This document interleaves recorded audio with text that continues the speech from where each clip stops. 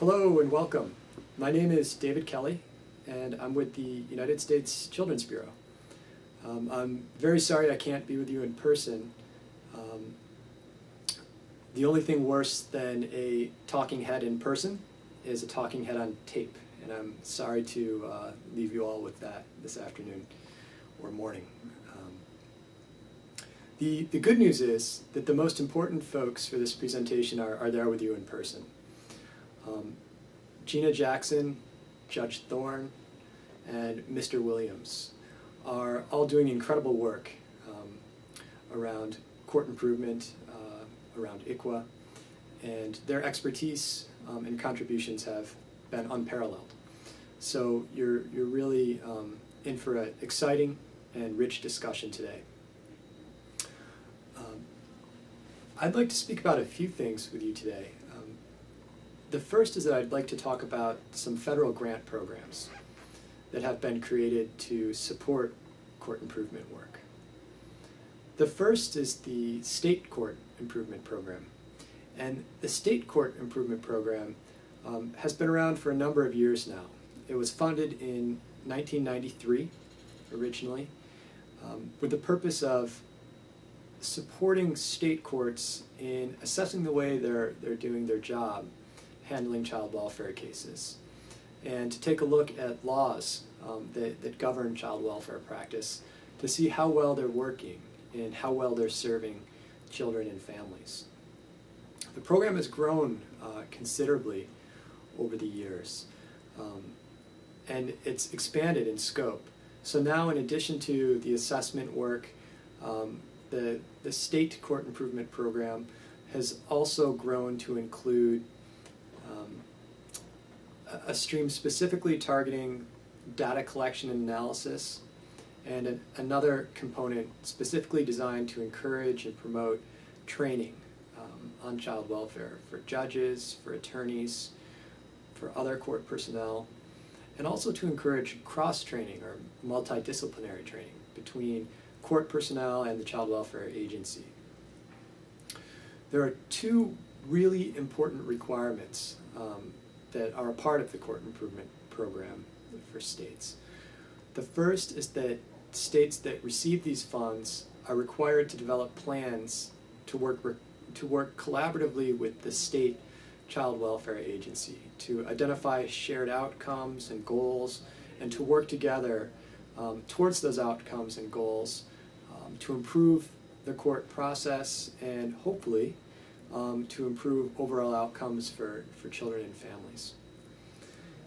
The other incredibly important requirement for the State Court Improvement Program is that just like they must collaborate with state child welfare agencies, State Court Improvement Program grantees are also required to collaborate with tribes. And this is an area of the program that has been underdeveloped. It's not been as strong as it should be in the past. There have always been some states that are doing good work, attempting to reach out and engage with tribes, but it's been inadequate. And I'm very happy to say that with some renewed attention and intensified focus, that's really beginning to change. And the presenters you'll hear from today are in many ways responsible for much of that change. They've been integrally involved in engaging state CIP programs, in educating folks out there in the states as to how and why and what they should be doing and the type of work they can do with tribes. So we're making progress. This past year, 22 states that received these grants had pretty exciting work planned to work with tribes. So we're getting there. The types of activities that we're commonly seeing now are statewide ICWA assessments. We're seeing efforts to kind of monitor or watch how hearings are being held and to ensure that ICWA questions and inquiries are being made. There are bench books and resources that are being made for attorneys and judges. There's a lot of training that's going on for judges, for attorneys, for child welfare workers. There are checklists, additions to bench books, case review tools. We're really gaining some important momentum. States are also doing a better job reaching out to tribes to invite them and include them in training opportunities. States are doing a better job of reaching out to tribes to invite tribal leaders to participate on state planning meetings and committees. A number of states have held ICWA conferences and meetings, formed work groups and committees, many of them now involving tribal leaders or tribal representation. So there's a long way to go in order to meet the meaningful and ongoing collaboration with tribes requirement, but we're gaining ground.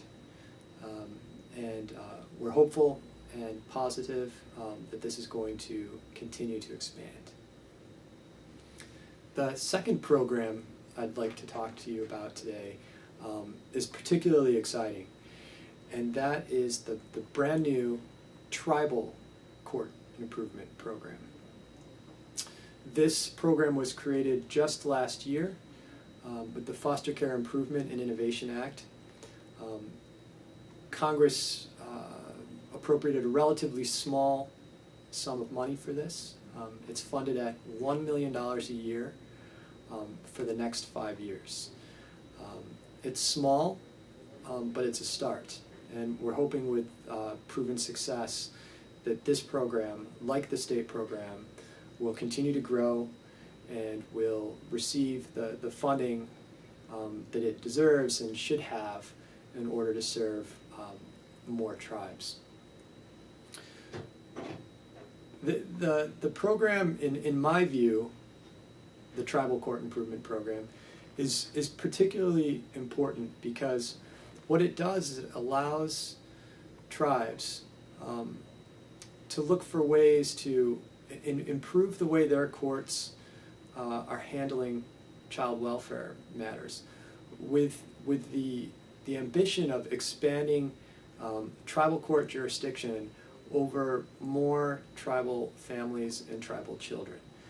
So to me, the exciting part of this program is that it puts in motion, or I should say helps support motion that has already begun, to make sure that important decisions about tribal families and tribal children are made by tribal judges in tribal courts.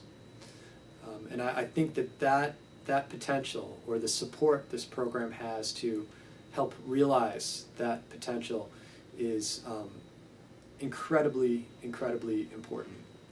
Given the troubling history of child welfare practice and the tragic effects historically in Indian communities, I hope that this program will be one small step in a larger healing process that will allow communities to stay strong and continue growing stronger into the future.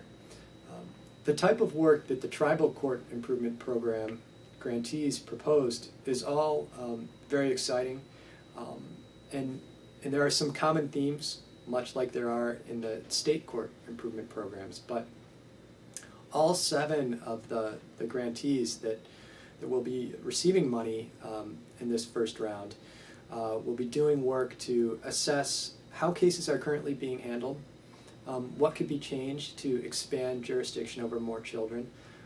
They'll be looking at the quality of legal representation.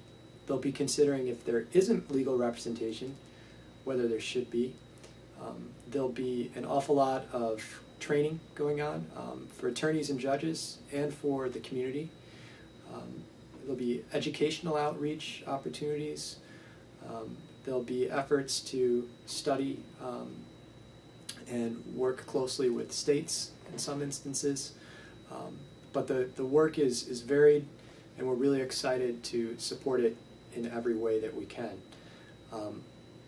As I mentioned earlier, this first round of grantees will be funded for 3 years, and then at the conclusion of those 3 years, the grants will be open to recompetition. So tribes that may not have applied or who applied and were unsuccessful in this first round will have an opportunity in 2016 to apply again.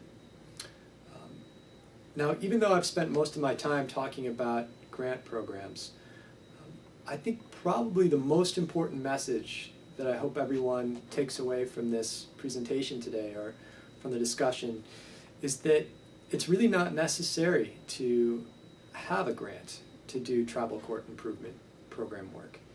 Sure, it helps to have extra money, but there are many, many things that attorneys and courts, Indian child welfare agencies can do together to take a look at how things are going.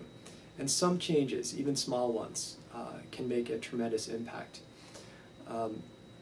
There are resources that are currently available and many more that we'll be making available soon that I hope you'll consider taking a look at.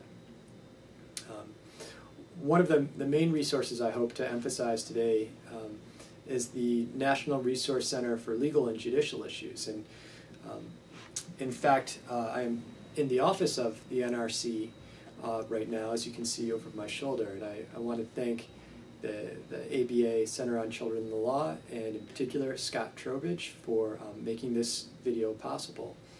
Scott is a staff attorney at the ABA Center. But the National Resource Center on Legal and Judicial Issues is a tremendous resource. It's comprised of 3 partners: the American Bar Association Center on Children and the Law, the National Center for State Courts, and the National Council for Juvenile and Family Court Judges. And independently, all 3 have amazing resources. I encourage you to check out their websites independently. But together, they join forces and are excellent TA providers and really a tremendous clearinghouse of information and tools and resources that may be of value to you. The other resource I want to highlight now, and it's under redevelopment, is something called the Court Improvement Community of Practice. And it's a website that we will have up and running early next year. And it will have a compilation of assessments, evaluations, tools that both states and tribes have created to help measure how child welfare cases practice is being conducted. We will use that as a forum to share the work of the Tribal Court Improvement Program grantees. But there are many things that will be posted that may be worth taking a look at. Some will have specifically been designed for or by tribes. Other of the resources will have been generated for or by states. But I would encourage you to look at the state material as well to see if there are any pieces or parts that may make sense for you to adapt or use. And we hope that will be of value to you. Just in parting, I think I'm close to exceeding my time here on tape. I want to thank you again for the opportunity to speak with you.